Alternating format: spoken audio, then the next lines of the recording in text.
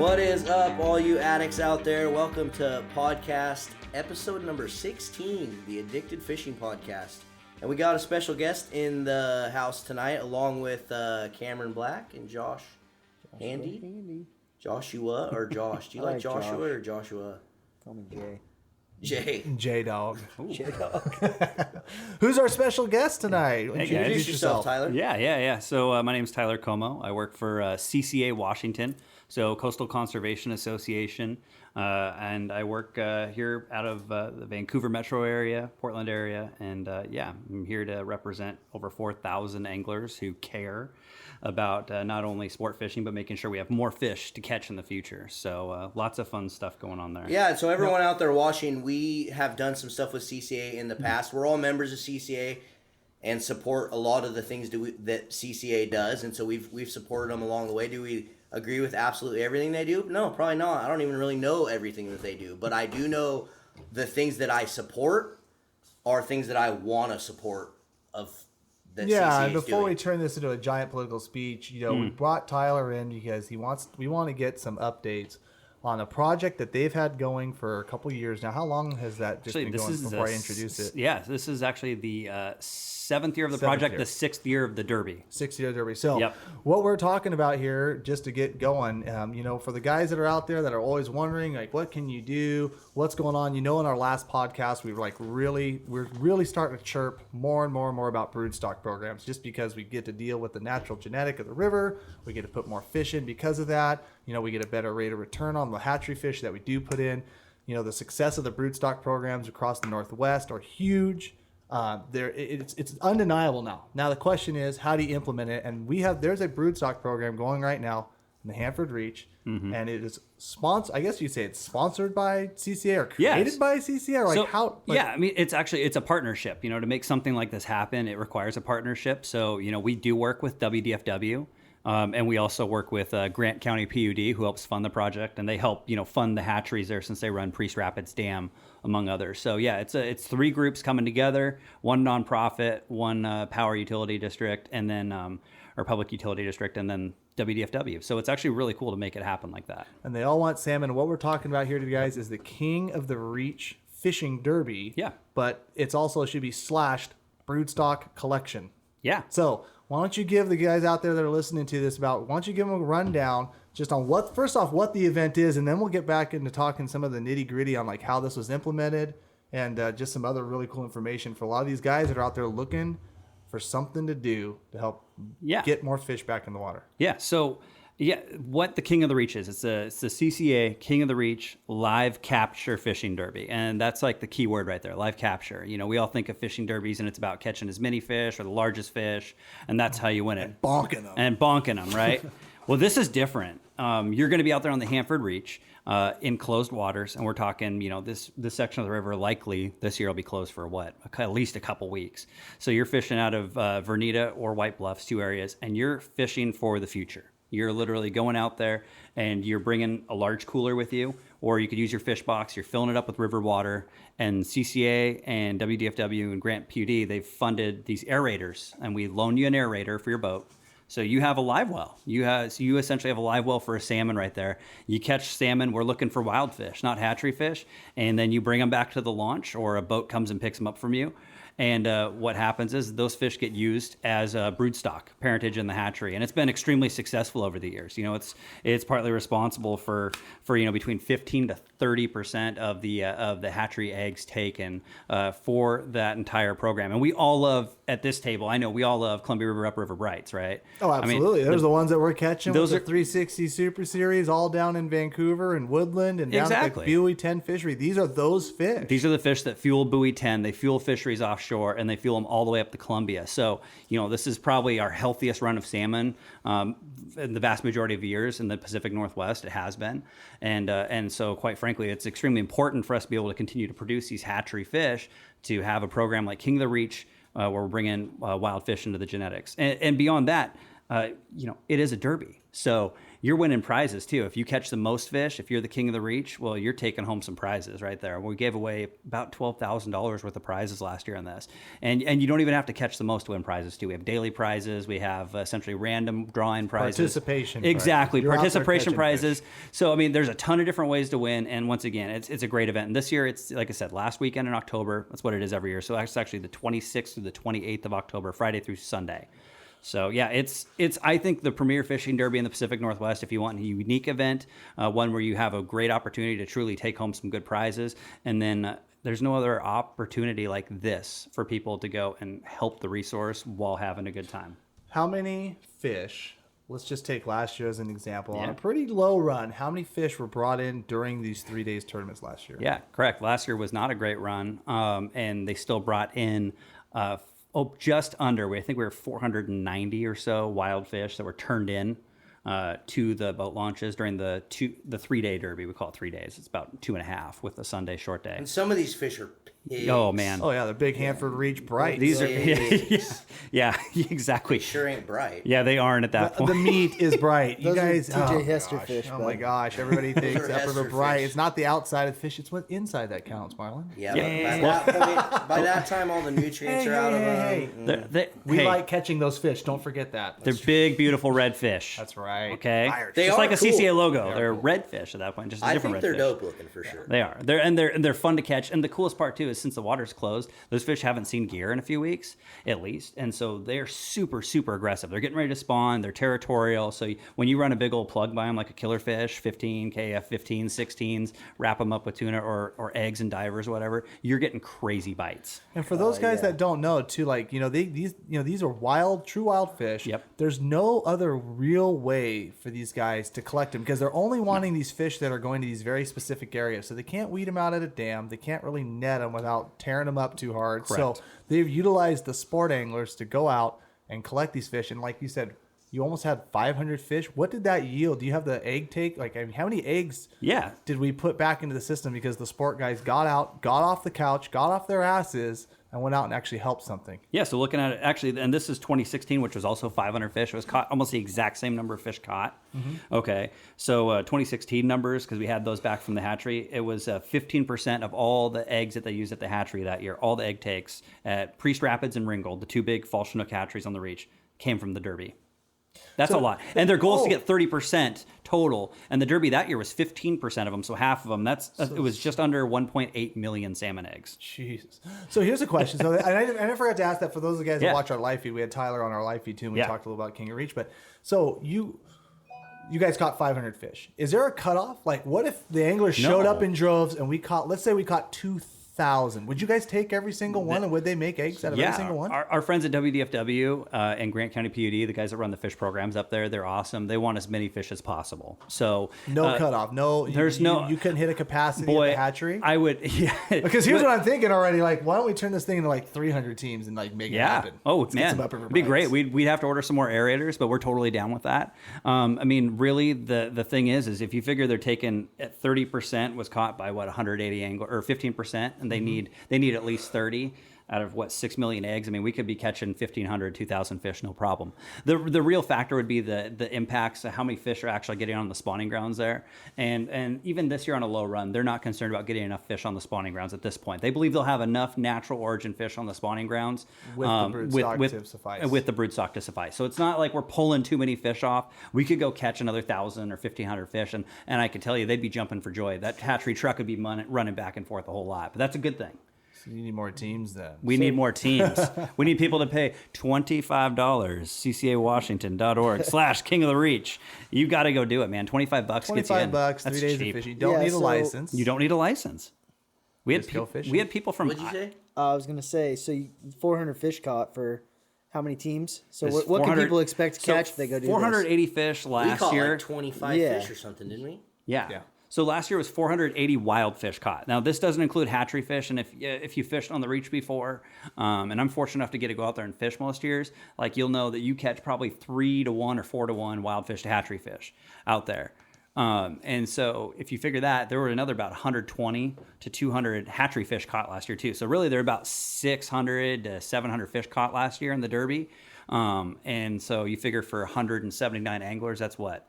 It's 3 fish a person about on average, or a little over that. So, I mean, that's good fishing for those days because not everybody fishes every day. You have a lot of guys that'll go out there and they'll only fish one day because there's daily prizes. Which is quite all right. Yeah, it's too. totally cool. We did too. We We did just too. did 2 days. Yeah, so I mean, because there's daily prizes too. You don't have to be there all 3 days to win stuff. So I mean, there's guys that are only doing 1 or 2 days. So I mean, your real angler hours per fish are pretty dang good when you factor it out. It's impressive. It really is. When we went up 2 years ago, I mean, we saw lots of fish caught. We had lots of big bites. Oh, yeah. I mean, there's a lot of plug fishing, a lot of 360. I mean, it's all the stuff that everybody down here in the Vancouver, Portland area does, just in the Columbia River every day of the fall anyways. So, I mean, it was pretty good. And the accessibility is real easy up there. You don't have to be, a guy who's gone up there, and you don't really even need to pre-fish it. A lot of the fishing is right by the ramps. Yeah, and it is. Yeah, I mean, especially, there's free camping at Vernita, primitive camping. You can fish right there. That ramp's a little rougher, but great fishing. You run up to there's a bar right above there. And when you sign up for the Derby, you'll get a map with the boundaries and where to fish and everything like that. In fact, we have a Facebook event page for the Derby, and we even have links there to the most popular spots. We have that up on our Derby website. There's links to that. There's links to flows, all that fun stuff. Anyways, Vernita's pretty easy to figure out, and White Bluffs is great because it's a really nice launch. There's no camping, only downside, but you are able to launch and just go right out from the boat launch. Like you guys said, about 100 feet. Yeah, and you start fishing. Yeah. It's a big giant back eddy, so you don't have to worry about having a prop there, or prop or jet. It's not an issue there. You could just fish right in that back eddy all day, and we've had winners come out of that pool alone and not fish anywhere else. It's impressive, super accessible.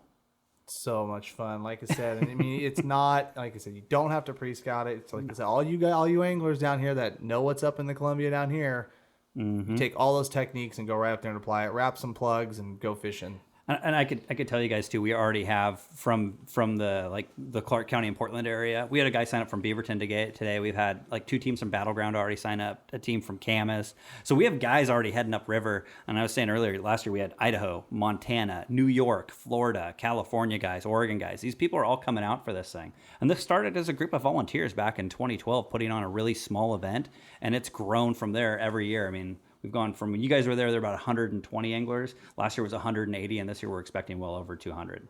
So it's going to be a good time. For those of you guys that are wondering too, if you go to YouTube and you search just King of the Reach, Yep. you'll see 2 videos. One explains the tournament, and then another one explains a highlight reel that we put together from there, and had some big bites and some big fish, and there's some pretty cool stuff to check out.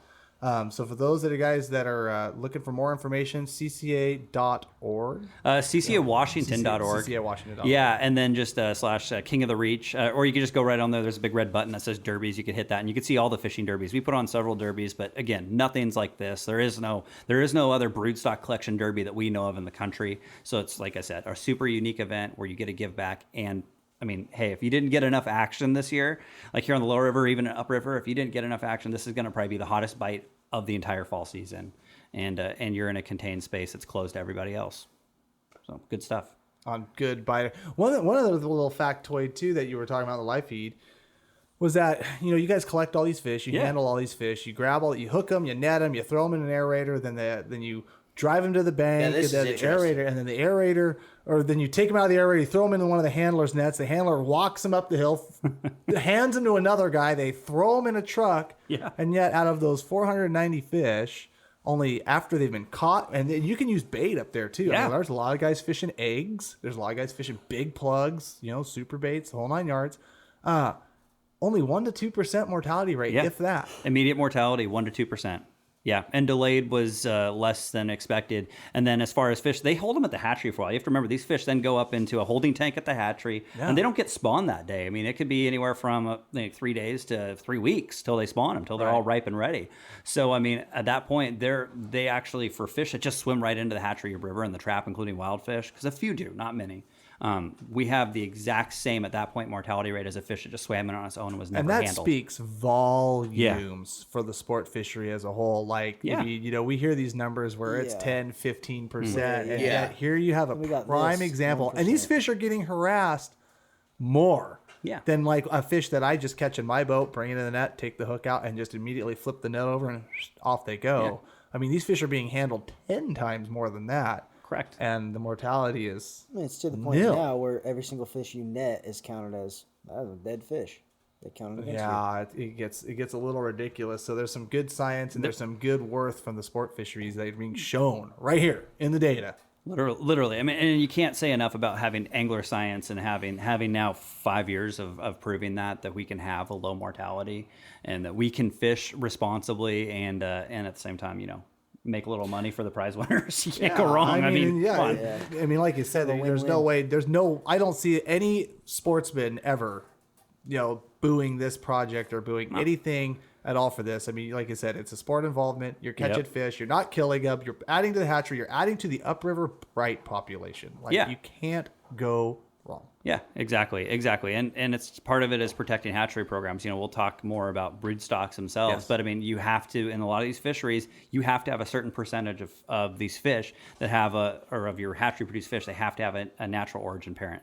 So, we could talk about whether it's wild or native or whatever, but they have to have a parent that has an adipose fin on it. That wasn't clipped by a hatchery before. Got it. Exactly. We could go down that rabbit hole. That might take like 6 hours, but and a whole lot of opinions. We're not going to bore We everybody. are not going to hurt you. I can hear promise. them turning off their radios and their phones right now. Yeah. Last but not least, too, like what we see in some of the steelhead broodstock programs is the other thing, too, is you're breeding biters. Yes. You're breeding biters. You're breeding biters that are falling victim to the techniques that we throw them that want to open their mouths when they get on the spawning grounds. Yeah, you've been on some of those Oregon coastal rivers. There's a couple of them I could think of in particular. I'm going to follow the rules here. But no river names, buddy. I learned my lesson from my first time on a live feed. Everybody yelled at me, so I was like, oh, shoot. But yeah, no. Breeding the bite. And of course, if you want to get into the nitty gritty of it, what's the return rate for these broodstocks? So like when you talk broodstock programs and you talk like successful broodstock programs, like you got a percentage of rate return of your smolt.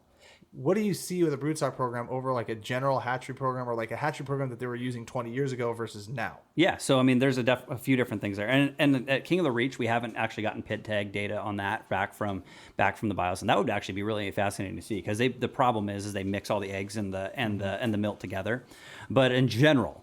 The general consensus is after doing broodstock programs and seeing them more frequently over the last 20 years or so, is that you were seeing, we'll use Chambers Creek steelhead for example, early winter steelhead. Yeah, those fish were, Cameron, you see numbers as low as 0.25%, right? 0.5%, generally between 0.5% to 1%. But when you see broodstock programs, you're seeing anywhere from 2 to 5% depending on the year, and that depends on ocean conditions. But that's much more acceptable.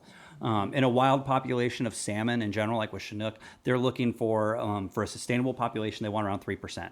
So if you're hitting that 3% mark in a hatchery population, you're doing good. Great. You're doing great. I mean, you go to most years we're sitting around 1. We're sitting around 1. And I mean, and there's so many factors to it. Like I would assume they produced more fish and we had a better return rate than it would have been if there was no King of the Reach. But those same fish that went out in 2015, they were going to have a tough time no matter what in the drought. But overall, you have a better return rate with broodstock fish. There's science all over the place that says it, whether you want to look in the Oregon coastal basins that use it.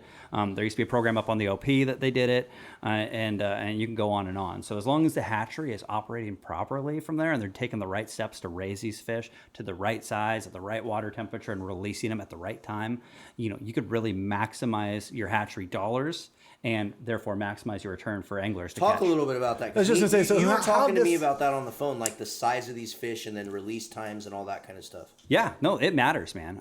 There's been some people looking into some project stuff going on the Cowlitz. We're talking hatchery spring Chinook now. We're bouncing to the Cowlitz River, so I know we're talking spring Chinook instead of fall Chinook now. But I thought it was really fascinating. This is a guy that used to help run those hatchery complexes there, and what they used to do and was what is recommended by Department of Fish and Wildlife Policy. And this was recommended back in 1991. We had pretty good returns of spring Chinook through a lot of these years. They did this. They were supposed to release their spring Chinook, their smolts, at 5 fish per pound. Okay, and regrettably, right now going on the Cowlitz, and we had a couple decent returns, but last year was bad. This year is pretty tough, and this next year, we could talk about that another time. But they're only producing right now 28% of the fish. They're releasing them at that recommendation. They're not following their own guidelines on that. Instead, and by the way, this is a fact. They're doing a lot of them in March at 8 fish per pound. So we're talking the size of fish. They're also doing some of them in November at 16 fish per pound. So what you're getting is a lot of residualized smolt because of that. So fish that don't go out to the ocean, Of which course, they hang here. They that get just eaten. hang, they get eaten. Exactly. You're getting fish that are small, and they're going to be more likely to be eaten by our friends, the cormorants and herons and any other thing. Although I guess at the Cowlitz hatchery, that's liable to happen anyways, apparently. That's a whole other story. But here's the most important thing. Exactly. Here's the most important thing. When fish, and this was a study by the Department of Fish and Wildlife, okay? In 2002 to 06, they studied this. The size at release, if you do 5 fish per pound compared to this point, the study was 10 versus 10 fish per pound, so twice the size, they had a 25% better survival rate. So it pays to hold them back more. And then if you look at the last few years of returns, because they do have these fish are tagged, and they're able to, see what year they went out and when they were released because they have all this data. They were able to find out that, and they've been doing this mix of, like I said, 16 a pound, 8 a pound, and 5 a pound. If all the fish had been released at 5 fish per pound in March, the production would have been 15,840 fish based off those numbers. The current program produced about 900 fish based off observed survival rates. Jeez. So that's a 76% increase in the fish coming back. That's a big deal. Yeah. That's a lot of fish. That's a lot more. Well, that's your run. Yeah, I mean, that's your run. Exactly, Cameron. I mean, and when So you look, that's insane to me. That's a huge difference. So So how does that why are they pertain- just releasing them whenever they want? I don't understand. And that's a really good question. And that's why CCA members are asking the department, saying, why the heck are you doing it this way? And they're trying to stand up and say, why are you doing this? And the fact of the matter is we have to get more sportsmen to ask the hatchery managers, why are we operating this way? How can we actually maximize? Because a lot of people are just saying, plant more fish, plant more fish, plant more fish. And you know what? In most ways, they're right. We need to plant more fish. I agree with that. I think, CCA has been trying to advocate for more hatchery funding to plant more fish, but we also need to be running our hatcheries to the best available science and the best data, because, you could throw all the more fish in there, but if you're throwing a bunch more fish in at what? At 16 per pound, we're just wasting taxpayer dollars. We're not getting any more fish Well, back. there's no accountability from the state. Don't even get me started on that. Exactly. How, And but that's how the does issue. that pertain? So you have this issue here, and then you Yep. have broodstock. Yep. Like, how are we tying this stuff together? I mean, are they doing any kind of broodstock programs on the Cowlitz? Like, Actually, they are. Yeah. So there's 2 broodstock programs going on the Cowlitz right now. So you have the winter steelhead program right there. It is a broodstock program now, and that's drawn a lot of ire from folks because they miss having that giant run of Chambers Creek fish early. I miss them too. Oh, I could imagine. I'm sure as a guide that was great, being able to work right through and have great fishing, and for everybody just being able to have opportunities in the early winter. I remember being able to do that here in my locals, and I don't have that anymore. But I mean, the fact of the matter is they do use a wild broodstock now, and a native or natural origin broodstock, and they are at least getting bigger fish back. I think they need to fine tune that program though. They're having problems getting them released at the right size. It goes right back to the springers. I've heard everything from water temps are too low, and they're having a hard time getting the fish to the right size because of that. I've heard other stuff. It's just timing on the releases, but they still have to fine tune that, and they're working on that program right now to try to create an earlier returning fish, because the last few years, like this last year, you probably wouldn't know it. Most people wouldn't know it. If you actually look at the data, they had quite a few more winter steelhead come back to the hatchery this year on the Cowlitz over last year. And this year, people are saying how remarkably bad it was. The problem is the huge majority of that run came back in April. It showed up at once over like 3 weeks in April. And everybody else is wanting to fish springers at that point, or they're out on the peninsula fishing it. So you're actually not spreading out pressure when you're doing that, which is an issue. You're just concentrating everything in this 1 month, and so they're working on trying to spawn earlier returning fish. That's partly how you can get an earlier returning. You know how they could do broodstock. this so much easier is by involving anglers. Well, that's what I was just going to ask. So that's where hold it on. comes down Like, The collection, guys will go the out collection, and fish and get these fish. Well, wait. The collection though for there occurs at Barrier. That collection occurs at Barrier. However, their fall Chinook program is also a broodstock program. And that's one that a lot of people don't know about. It's mostly a guide run and a few volunteer anglers, and it's going on the lower river right now. And there's a lot of stipulations as to where they can get the fish on that. But I believe it's like from the mouth of the Toutle up to maybe I-5, maybe Oliqua. They do have a program going where they're asking guides and other folks to collect fall Chinook, wild fall Chinook, and they're using those as broodstock. So they are trying to incorporate a wild broodstock Who's component. running that? And that's WDFW and Tacoma Power. And, and there's talks about possibly doing the same type of program as King of the Reach out there. And, it's still, everything's super preliminary at this point, but it's definitely our hope that we could get a program like this going to get more anglers involved.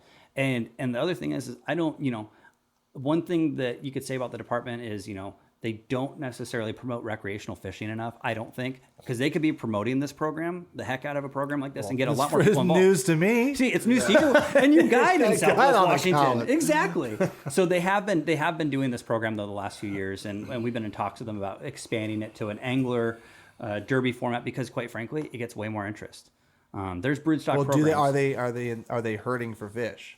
This year they are. I mean, they closed the river to yeah. retention, so they're definitely hurting for fish. So they need But help I mean, catching they're them. hurting for fish that they need to collect. Yes, yes, So they if have. that been. answer is yes, then as far as I'm concerned, then that is somebody at the state dropping the ball to where like yeah. Yeah, 100%. I mean, because there's a lot of guys that are willing to mobilize and do that. And so we have some guys from our Lewis County chapter and CCA Lower Columbia chapter, like Longview, Centralia, Chehalis area, and they've gone and participated in that. And but they need more people. I mean, they haven't hit their number the last several years. So there's a good opportunity right there. Reach out Ridiculous. to the, if I mean, that's just that to me. Yeah. That's just it's sad and it's stupid. yeah, because That's all I gotta it's say. a cool program, right? I don't down know here. what the restrictions are on why they haven't. I'm sure there's some freaking lame reason, but all I can see is that it's working over in Hanford. It's working great in Hanford, and then there's other broodstock collection programs like on all the Steelhead all Tillamook over on the east streams, side. yeah. Yep. You go So- to Eastern Washington and Idaho. You go into the Clearwater system. We have a lot of our members at our chapter there. They're out on the Clearwater collecting in tubes there for steelhead because they use a broodstock program too on the Clearwater, which is partly why we have great B-run fish so they do come back. When they do come back, they're nice, healthy, quality hatchery fish. And that's because Oh yeah, I they're using released broodstock. released a plenty of those in August and September down here that were Thank you. huge. Thank you. I'll go hatchery fishing out fish. there this fall. And I'm gonna Huge try on to the tangle with them. 360 Super Series, man. They Oh. were big. Oh, thank you. Yeah, we'll go harass them a little later, man. A little side drifting fun. There we go. All for the cause. So here's a Yeah. question then. So you basically you've answered one of my questions, which was obviously the science is there. Yeah. The broodstock, they're implementing these broodstock programs, but there's still a lot of other rivers that don't have it. That as an angler, we've seen stellar returns and runs, and yeah, they might be Chambers Creek fish, or they might be like a non-basin genetic, Skamania which we fish. don't, or skamania Yep. fish, which you don't necessarily, like I said, I'll agree with CC on that. You don't necessarily want that. You know, basically you're putting a non-native species in, essentially. Yeah, and it opens up one of the biggest issues that opens up is Yeah, but is you don't lawsuits. this is where I don't agree But with hold on, that. but you get the This is why I don't agree with that on lawsuits. steelhead though, because steelhead naturally stray like Yeah, a winter mother effer. winter steelhead stray more than anything Summer else. steelhead, winter steelhead, they all stray, and that's how steelhead have been able to survive for so long because But they if you- stray naturally. But if you have a hatchery and you only, let's say you only can take 1 million eggs, or I'm just throwing a number, and would you rather have that 1 million eggs that you only can take? You've hit capacity. You've empowered the sport fishermen to help with the broodstock program, and you only can put 1 million eggs in the hatchery. Would you rather have those eggs return at 0.5%, or would you rather have them return at 4%? Why are you asking a dumb question? Well, because that's, I think, the difference between a Chambers Creek fish Yes. and an in-basin fish. Oh my God! I was waiting for that. Yeah, let's see. Tyler agrees with me. Dumb questions. I mean, it's a dumb question, but it's that true. answers why the science has been saying, using out of basin species of steelhead or genetics of steelhead isn't working because, like I said, you only take so many fish into the hatchery, you might as well get a better return for those. And the legal side of it too. I mean, because if you're And that's the thing. That's what they don't want to NFS get sues sued. the state on, and they drop their. And wild they're- wild Yeah, I'm not fish saying out- I'm conservancy not up in saying Puget out of Sound. It basin. was based off I that. don't think they should do out of basin. Well, that's but a Chambers Creek fish. Yeah, I don't think they should do that. But I also don't think they should say only this fish.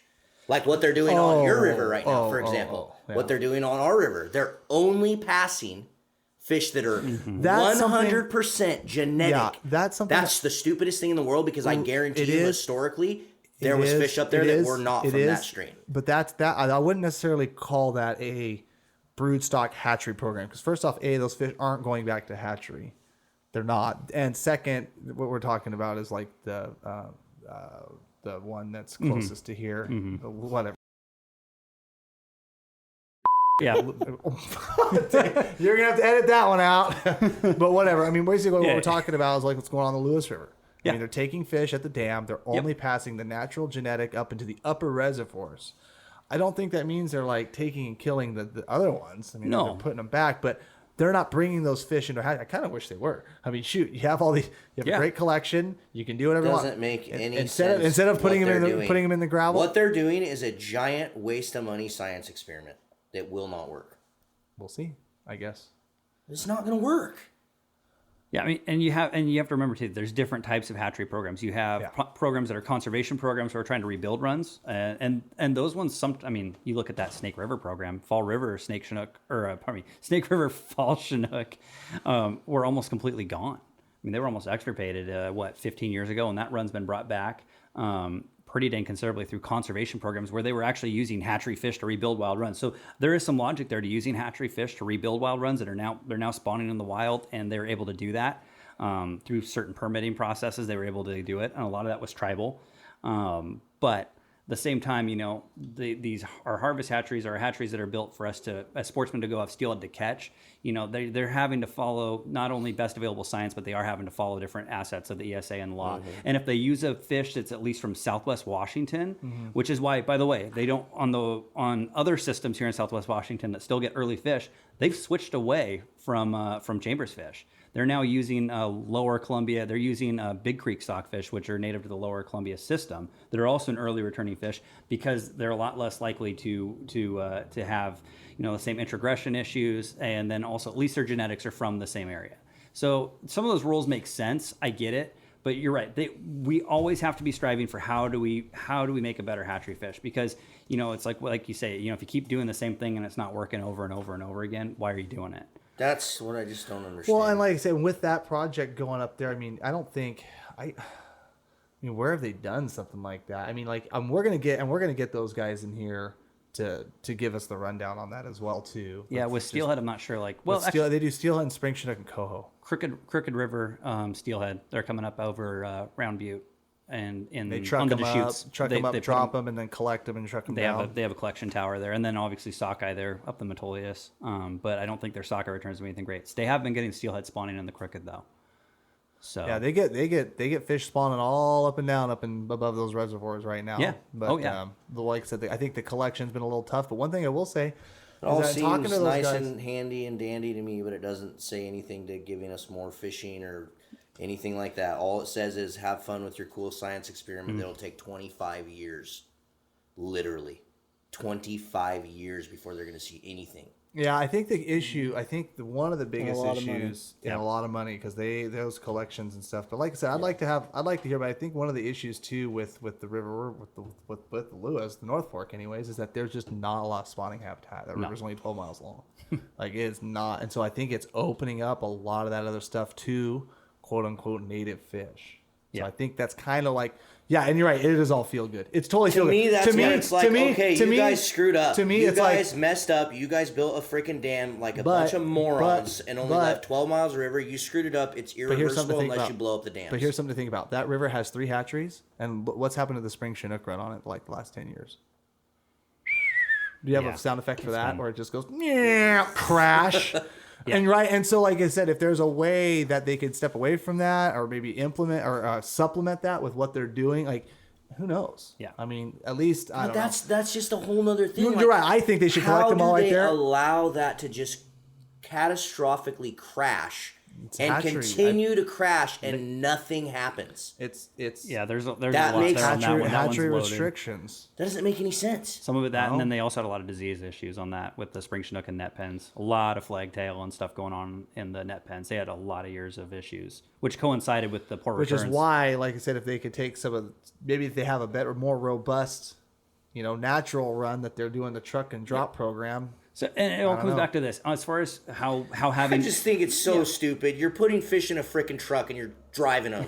That ain't natural. There's nothing natural about that. I agree. There is literally nothing natural about that. No. Hey, Marlon, that's a pretty sweet fish shoot up there, though, that they shoot them down. Yeah, I guess. You ever been up there trout fishing and accidentally hooked into a springer? It happened to me this year. It didn't work so well on a 4-weight fly rod. It lasted about 10 seconds. That green monster came out of the river. It's like, oh, crap, I know what that is. Oh, man. It was pretty fun. But, I mean, here's the deal on that. Thankfully, that's not like WDFW operating budget money that's doing that. That is ratepayers for Pacific Power. And I And agree. it's based off their contracts I of them agree. supposed to Yeah, be. they're mitigating. They're the mitigating salmon the to way that spend they have to do. dollars, and I mean, yeah, Exactly. it's part of the project. And then the other half of it too, though, is we have to, and sportsmen, I think we lose sight of this a lot, that you have to have enough wild fish in the system to be able to have impacts to go and catch them. Go catch hatchery fish, pardon me. Exactly. Because if you eat up your impacts on That's what I wild was fish, trying to explain earlier. That's what happens, and then you get close. You can't go fish for the hatchery fish because you caught too many wild fish. I mean, it's like the Or gill nets you last year. can't- They caught too many beaver on seal and they were wild, so or they you closed it. don't have a robust enough wild fish population where you can't. You can't at all. You can't put hatchery fish in, Yeah. broodstock or not. Yeah, I mean, it's that It's got to be whatever that ratio is of hatchery versus wild, whatever. You know. you get totally handicapped on it. I mean, and again, this is all super complicated. I mean, we could probably argue about it all day long. But at the end of the day, what needs to happen is we need to make sure we're maximizing the hatchery production we have.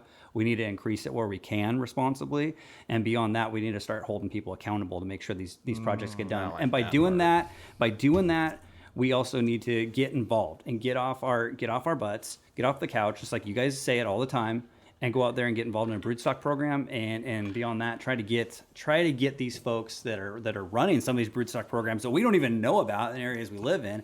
Make the public aware they need help, man.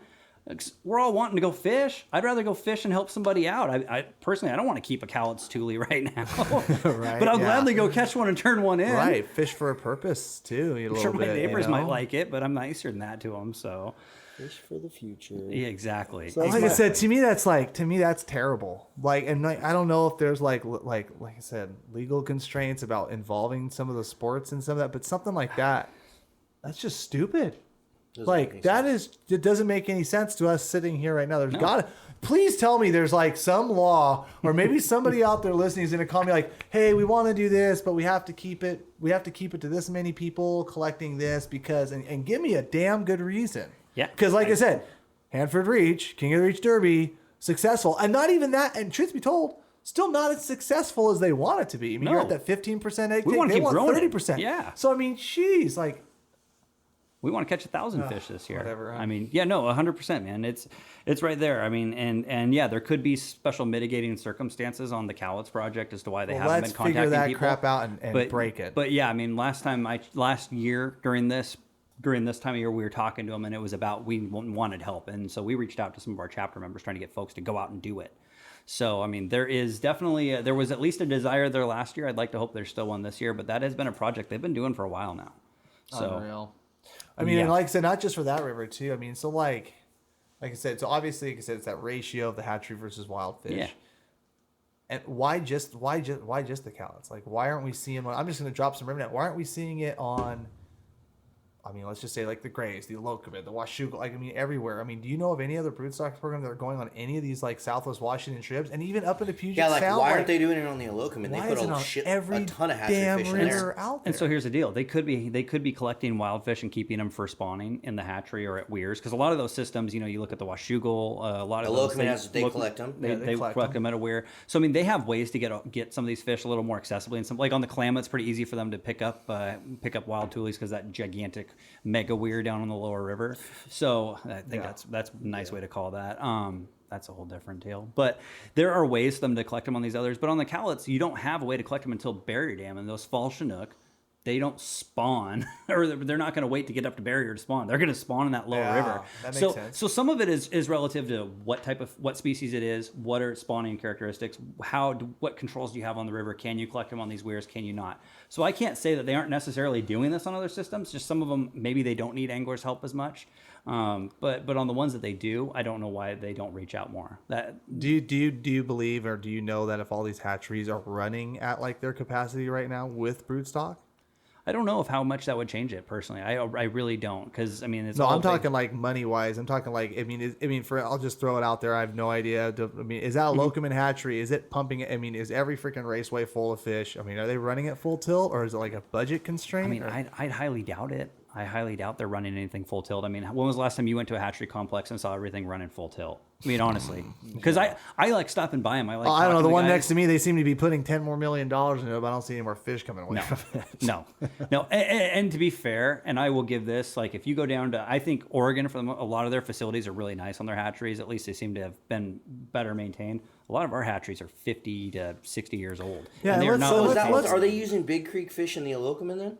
Is that what they're using? I'm 'Cause not that's sure lower. on the Elocomin. I would guess so. Yes, I know for sure they're using them on the. I've been told the Washougal. They've switched over to them, and then also I believe local Creek here they're using them. Because I mean, that's Lower Columbia. That's got to be the same. Yeah, Yeah. I believe they've switched over to that while they're working on developing a Southwest Washington centric broodstock, and that's in the works. I mean, the department talked about that where they're in the release last year about changing the way they release hatchery fish, especially with hatchery steelhead. That was one of the talks is they were developing, and they said it could take 10 years to develop one that's going to return early enough, but they are working to develop an earlier returning Southwest Washington origin steelhead, winter steelhead that they could use in our rivers.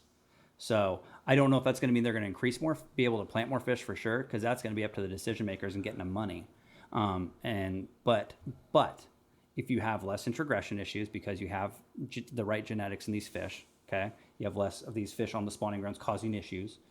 Which, by the way, I've seen plenty of systems that have 2 hatchery fish that spawn on the spawning grounds, and believe it or not, they do actually produce young. But that's whatever. Oh yeah, let's talk about our local river where there was 250,000 of them every year. Yeah, exactly. Anyways. But no, they don't spawn. They don't spawn successfully. But anyways, I think you actually could see a real possibility then, because your limits are less, and you're also able to help rebuild in some of those conservation programs. You're able to rebuild your wild runs, which gives you more impacts. You can keep your rivers open longer.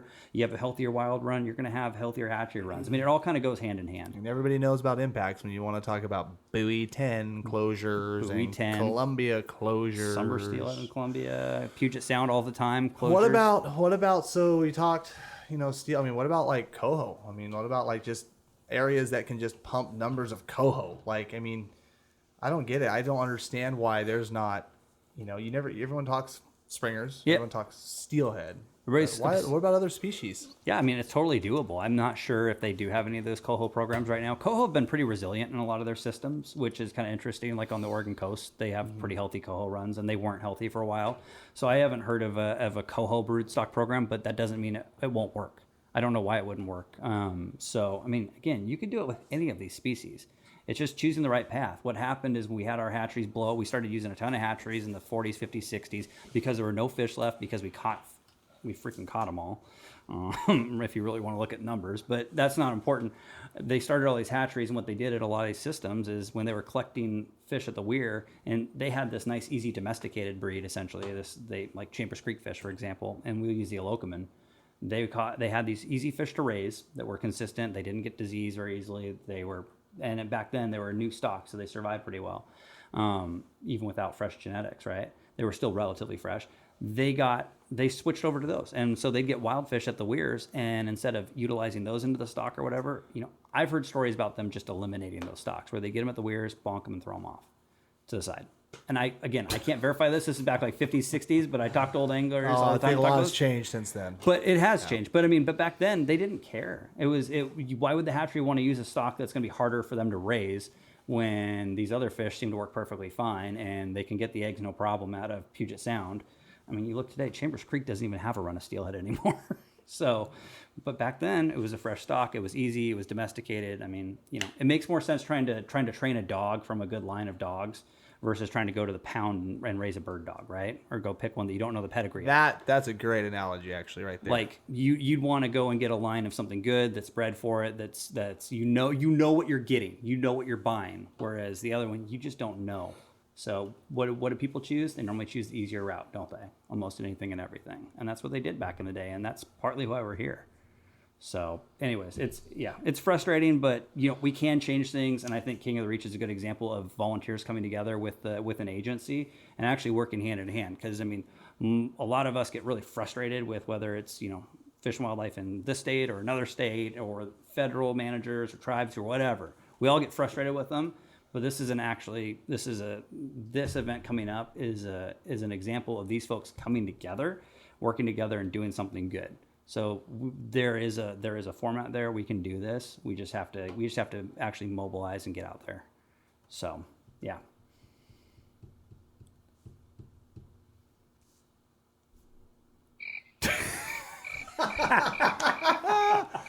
Well, my head's spinning a little bit because, like you said, it's. Like I said, once again, you have a successful program sitting there, good sport involvement. I mean, you look at like some stuff that's Tillamook. I mean, it's completely self-funded by Yeah. angler associations. Yeah. Why has there not been a connection from the state to the sport fishermen on all these other rivers? Like, I mean, now we're hearing about a broodstock. Like, I mean, if anglers could raise another $50,000 on the Cowles River, could they utilize that money and make more fish? Like, is there those opportunities out there? Because I know for a fact that even since our last podcast, we've had guys that have messaged us pledging.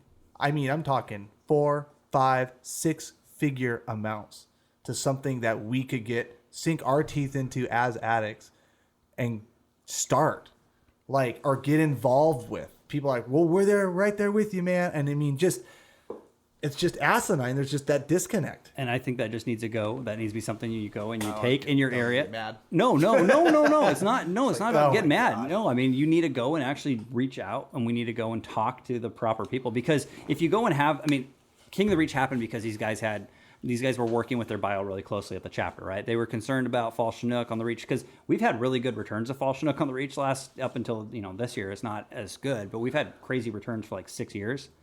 But before that, there were definitely some years that were down returns, and those guys were concerned about it. And anyways, they came together, got with the department, but they also got funding. Grant PUD came in and helped fund prizes. They helped fund a lot of the equipment that's needed, and that's how that happened. And I think if you have that funding component, a lot of times the departments are willing to work with you. So I think it's a matter of talking to them and reaching out to them where you live. And in Oregon, and just remember this too, it's not just in the systems you were talking about. There's step programs up and down, especially the southern Oregon coast. There's a lot of steelhead programs. The ALSI has a great one. And you go down the coast there's a lot of volunteer hatcheries in Oregon. And there are in Puget Sound too. We have some members of ours that are members of other organizations too. They all come together and they help out on some hatchery programs up there that are funded, that are volunteer hatcheries. I could think of a few of them up there. In fact, actually one of them is a coho program outside of Everett that some really great volunteers of the Everett Is that what Steel drives Salmon that Club Everett coho derby? Is that what drives that kind of thing? They don't produce enough coho for that, but they definitely kick it in. I heard fishing was good up there, by the way, for that derby. But yeah, no, they definitely kick in fish to Puget Sound up there because they go out and they raise the fish, they run the rearing ponds, they feed them, and it's a whole volunteer thing, and they do it. And it's been done here in Southwest Washington with Fish First, decade and a half, 2 decades ago. So, I mean, it can be done. You just have to get the willpower of people to come out and do it.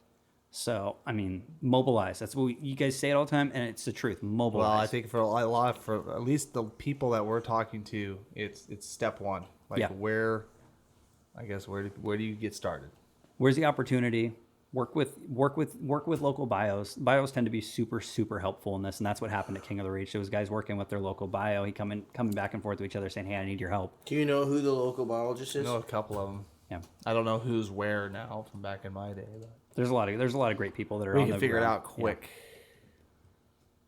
Figure it out real quick. I want a broodstock steelhead. That's all I care about. That's all. That would be fun too. Oh yeah, That's what I want to do. yeah. I miss some. All our steelhead runs are they're gone. Yeah. They're not that great. Literally all of our Southwest steelhead runs are gone. earlies, yeah, they're gone. Yeah, it's been. I mean, Not even just that. Our wild runs are even just. Oh yeah, no, they're the wild. not- That's the other thing. That's the other piece about this too. Is like they want to say, oh yeah, it's gonna help the wild run. It's like we've seen the wild runs literally in these rivers where, 10 years ago you were catching 10, 12 unclipped fish, and I mean, dude, I don't care what So anybody says. They are 2008 freaking gone. 2008 is when they started initiating like their plan to do the wild gene bank rivers, and since they've done that, they've seen zero.